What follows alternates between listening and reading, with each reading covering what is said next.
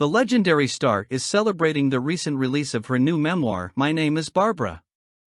It's been nearly a month since Barbra Streisand released her long-awaited memoir My Name is Barbra, so it's fair to think the legendary star has been enjoying some much-deserved downtime in recent weeks.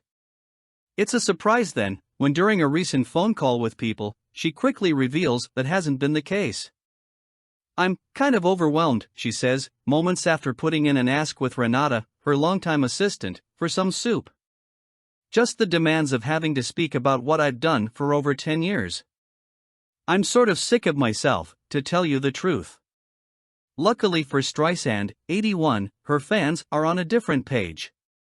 In fact, My Name is Barbra was a near-instant bestseller, debuting at number 2 on the New York Times hardcover nonfiction bestseller list and moving more than 55,000 copies in the US in its first week. While it took the star 10 years, which is 5 times as long as she thought it would, to write the book, it took even longer to live the riveting events that fill the tome's nearly 1,000 pages. With her signature wit and the unflinchingly honest acceptance that hindsight is sometimes 20/20ths, Streisand's book digs deep into her past, detailing everything from the Brooklyn childhood she spent yearning to please her mother, to her big Broadway break and award-winning turns in films like Funny Girl and The Way We Were.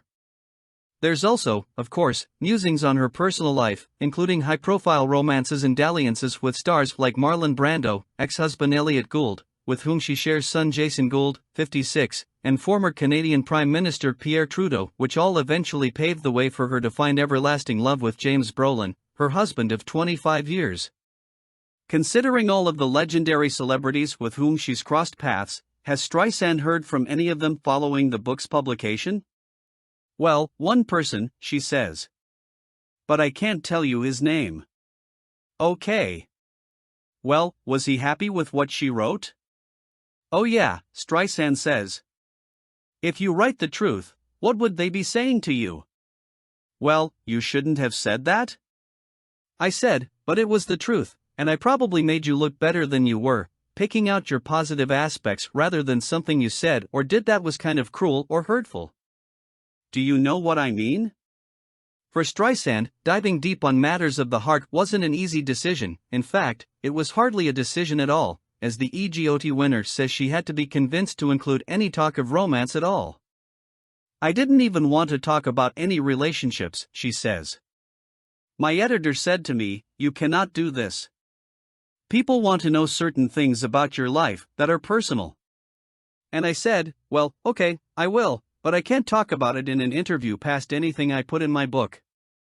In addition to her personal life and music career, Streisand's book covers her movie career too, from her beginnings as an actress to her evolution as an Oscar-nominated director, writer, and producer.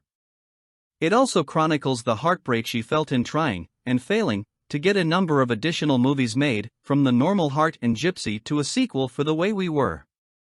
Streisand hasn't starred in a movie in 11 years, and says it's unlikely she has the steam left to make any more. "No, not really. I mean, it was 2009 that I was fighting for the rights to play Gypsy," she says. In other words, it gets exhausting, trying to come up with the structure of the movie and then have it not happen. She continues, "If I could have made my movies, I never would have written a book. I had such good movies to make, meaning they were about things I cared about, very interesting subjects that. Why did I only make 19 movies in my lifetime? I had many movies that I wanted to make, and then I get lazy. I go, oh yeah, to do this one, I have to have all these fittings for period clothes. This one, I'd have to live in Arkansas to do this one. I don't know. It's complicated, but I am complicated, I guess. I get lazy." Bette Davis made 80 movies. I made 19. She's a wonderful actress and she liked working. I like time off. With her book finally out in the world, Streisand had hoped that she could finally have some time off, time she could spend with Brolin. Instead, she's continued on promotional tours for the book. "It's work.